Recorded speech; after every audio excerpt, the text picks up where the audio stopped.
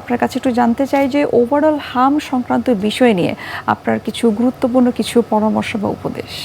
এক হলো যারা এখনও শিশুকে ভ্যাকসিন দেওয়াননি, তার শিশু তো তার কাছে, আমি তো শুধু উপদেশ দিব। আপনি মনে করবেন আপনার জীবন একটা প্রশ্নবিদ্ধ হয়ে গেছে, আপনি আজকেই নিকটস্থ স্বাস্থ্য ব্যবস্থার কাছে যান, তারাই আপনাকে ব্যবস্থা করে দিবে। এটা আমি খুব দায়িত্ব নিয়ে বলছি।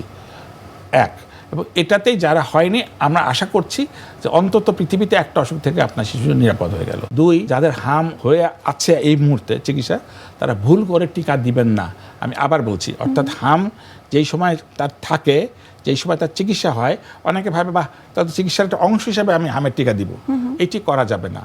অর্থাৎ হাম আক্রান্ত যে কদিন আছে, ধরা যাক 7 দিন, হাসপাতালে হোক বাসাতে, এই 7 দিন টিকা যেন কোনো ক্রমে না দেওয়া হয়।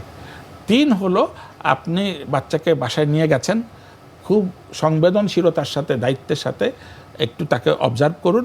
যে কোনো অস্বাভাবিক আচরণ, অস্বাভাবিক তার কোনো অভিব্যক্তি, তাহলে এটা স্নায়বিক দিকেও আছে কিনা সেটা দেখা যাবে, মানসিক দিকেও লাগবে করতে, তার স্বাভাবিক ইন্টেলেকচুয়াল অ্যাবিলিটি ঠিকঠাক আছে কিনা, পড়া সে মনে করতে পারছে কিনা, স্বাভাবিকভাবে মানুষকে চিনতে পারছে কিনা।